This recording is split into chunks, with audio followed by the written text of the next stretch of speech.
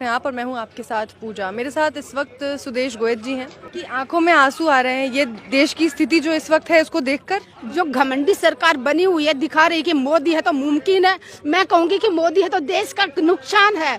जब तक ये कुर्सी पे बैठा रहेगा देश में शांति नहीं हो सकती, क्योंकि ये लोग ये गरीब बच्चों का इस्तेमाल करते हैं। गरीब लोग जो सारा दिन 300 रुपए नहीं कमा पाते, उनके हाथों में 500 रुपए दे के उनको एक भगवा झंडा दे के कहते कि जाके मस्जिद पे टांग दो।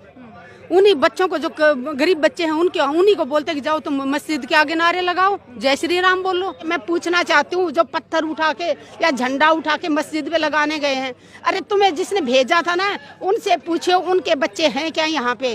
वो अपने बच्चों को दूसरे देशों में भेजते हैं पढ़ने के लिए और तुम लोगों का इस्तेमाल करते हैं। तुम 300 रुपए में 500 रुपए में बच्चों ना इसने बिको इस सरकार के हाथों। नुकसान तुम्हारा हो रहा है, मरोगे तो तुम मरोगे, लाठियां बरसेंगी तो तुम्हारे ऊपर बरसेंगी। नेता घरों में बैठे हैं, एसी में बैठे हैं, उनके बच्चे विदेश में पढ़ रहे हैं, बड़े बड़े बिजनेस कर रहे हैं। त्योहारी पे तुम लोग पंडाल लगाओ, कीर्तन करवाओ, भजन बजाओ, हम फुल सपोर्ट करते हैं। काहे हम हनुमान जी के भक्त हैं, मंगलवारी के व्रत रहते हैं, लेकिन लौंडिया लंदन से लाएंगे, रात भर डीजे बजाएंगे, मुन्नी बदनाम हुई सब बजा के मंदिर पे जो है भंडारा करवाना बंद करो। कौन सा ऐसा ग्रंथ पढ़ लियो बे जिसमें लिखा गया भगवान लोग बॉलीवुड वाले को फैन होते हैं? इतने आरामी राक्षस नहीं थे जितने आरामी तुम लोग हो गए हो। बेटा नवरात्रि में किसी दिन दुर्गा माई तुम लोगों से बैठा गई ना तो अगले साल से महिषासुर की जगह तुम्हारी फोटो होगी। डीजे राहुल, डीजे अभिषेक।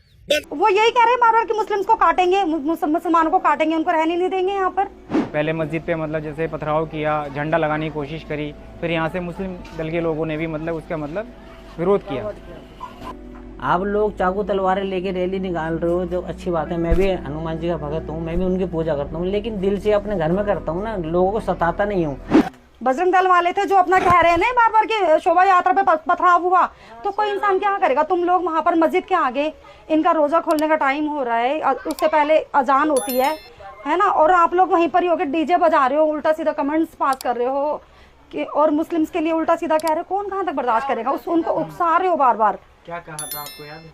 वो यही कह रहे हैं बार बार कि मुस्लिम्स को काटेंगे, मुसलमानों को काटेंगे, उनको रहने नहीं देंगे यहाँ पर।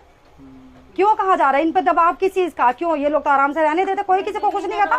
कभी आपने कभी देखा कि क्या उन्होंने क्या नारे लगा रहे थे? बार बार उसमें 2-4 ऐसे लोग थे जो बोल रहे थे मुसलमानों को काटेंगे, रखे मुसलमानों को काटेंगे, ऐसे बोल रहे। तो गलत चीज है ना बिल्कुल ही। इन लोगों ने तो मंदिर में जाके, इन लोगों ने कभी मंदिर में जाके परेशान किया कभी किसी को? आज तक नहीं देखा मैंने। यहाँ के लोग बिल्कुल आराम से रहते हैं, बिल्कुल कभी किसी को परेशान नहीं करना। इतने टाइम से मैं यहाँ पर रह रही हूँ, कभी मैंने किसी चीज में नहीं देखा। अकेली हिंदू मैं यहाँ पर हूँ, फिर कभी लगा यहाँ पर? कभी मेरे को नहीं लगा ऐसा। लेकिन इन लोगों को बहुत परेशान किया जा रहा है। और दंगे जो हुए हैं वहां से हुए हैं। बजरंग दल वालों के हाथ में सारे के सारे चक्कू, छुरे, गन वगैरह जो भी थी, तलवारें थी, उनके हाथ में थी। ये लोग नहीं हत्ते थे। लेकिन जब इन पे वार हो रहा है तो अपना बचाव तो करेंगे ये।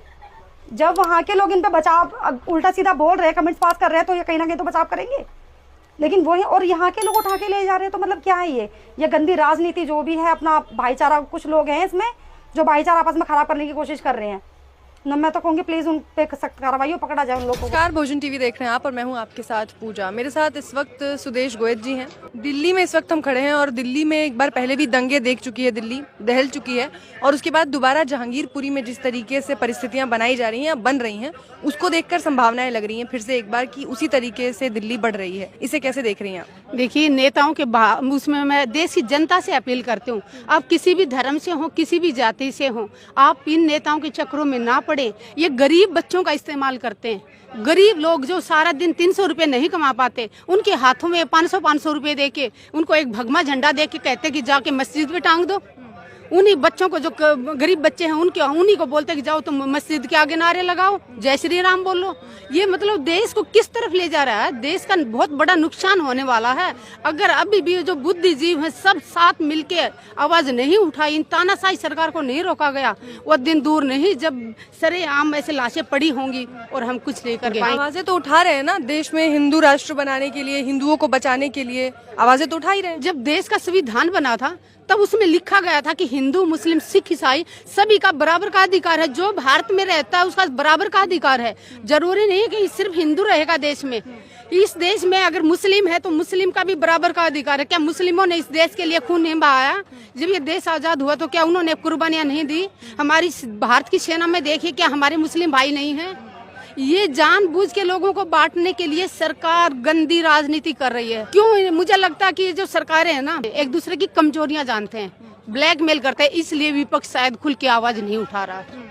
लेकिन लोग तो इनके बहकावे में आ रहे हैं ना, लोगों से कह रहे हैं कि हथियार उठा लो, समय आ गया है, जाग जाओ। पढ़े लिखे लोग नहीं हथियार उठा रहे।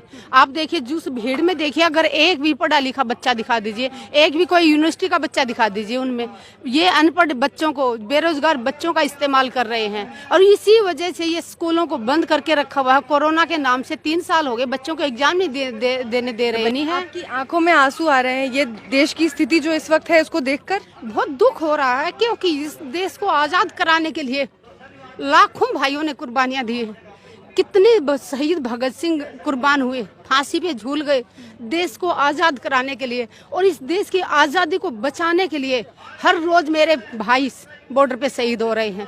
हरियाणा में तो हर रोज मेरे भाइयों की लाश आ रही है। लेकिन एक घटिया सोच के इंसान जो घमंडी सरकार बनी हुई है, दिखा रही है कि मोदी है तो मुमकिन है। मैं कहूंगी कि मोदी है तो देश का नुकसान है। जब तक ये कुर्सी पे बैठा रहेगा देश में शांति नहीं हो सकती, क्योंकि ये लोग जो कुर्सी पे बैठे हैं आज के अंदर की सरकार में, ये लोग शांति चाहते नहीं, ये देश में अमन नहीं चाहते। ये चाहते कि देश में धर्म के नाम, क्योंकि धर्म से लोग ज्यादा एक दिल से जुड़े होते हैं, धर्म के नाम पे सबसे ज्यादा भगाते हैं लोगों को, और उसी से सबसे ज्यादा नुकसान हमारे देश का होता, आम जनता का होता। इनके मैं पूछना चाहती हूँ, जो पत्थर उठा के या झंडा उठा के मस्जिद में लगाने गए हैं, अरे तुम्हें जिसने भेजा था ना, उनसे पूछो उनके बच्चे हैं क्या यहाँ पे? वो अपने बच्चों को दूसरे देशों में भेजते हैं पढ़ने के लिए, और तुम लोगों का इस्तेमाल करते हैं। तुम 300 रुपए में, 500 रुपए में बच्चों ना, इसने भी कोई सरकार के हाथों नुकसान तुम्हारा हो रहा है। मरोगे तो तुम मरोगे, लाठियां बरसेंगी तो तुम्हारे ऊपर बरसेंगी। नेता घरों में बैठे हैं, एसी में बैठे हैं, उनके बच्चे विदेश में पढ़ रहे हैं, बड़े बड़े बिजनेस कर रहे हैं, ये हमारा इस्तेमाल कर रहे हैं। अभी भी नहीं जागे तो वो दिन दूर नहीं जब कत्लेआम होता रहेगा और हम कुछ भी नहीं कर पाएंगे। और ये जो देश के हालात है, सबसे बड़ा रोल नेशनल चैनलों का है, मीडिया का है। भारत देश के नेता तो भ्रष्टाचार में नंबर 1 थे ही थे, लेकिन अभी ये कुछ सालों में देश की जो मीडिया है, नेशनल चैनल है, मैं कहूँगी संसार में सबसे नंबर 1 भ्रष्टाचार, सबसे नंबर गिरे हुए मीडिया हमारे भारत के हैं। सारे के सारे नेशनल चैनल, 1-2 चैनल को छोड़ दो, एनडीटीवी वगैरह को छोड़ दो, और उसको न्यूज़ 24 को छोड़ दो, बाकी कोई चैनल है जो सच दिखाने की हिम्मत रखता हो? कि क्या मेरे को इतना दुख हो रहा है कि खाली हाथ जाओगे, जब दुनिया से जाओगे ना, कुछ नहीं लेके जाना। सबने जाना है, आपको भी जाना है, मुझे भी जाना है, इनको भी जाना है। यहाँ कोई नहीं रहने वाला, अमर कोई नहीं रहने वाला। लेकिन अगर हम सच का साथ देंगे, हम अन्याय के खिलाफ आवाज उठाएंगे, तो लोग हमारे जाने के बाद भी हमें याद करेंगे। लेकिन ये मीडिया चैनलों पे बैठ के इतनी अफवाहें फैलाते हैं, झूठी खबरें दिखाते हैं, इनको शर्म आनी चाहिए। ये अपने बच्चों को क्या शिक्षा देंगे? ये थोड़े से पैसे के लिए बिक रहे हैं झूठी खबर को। सारा बड़ी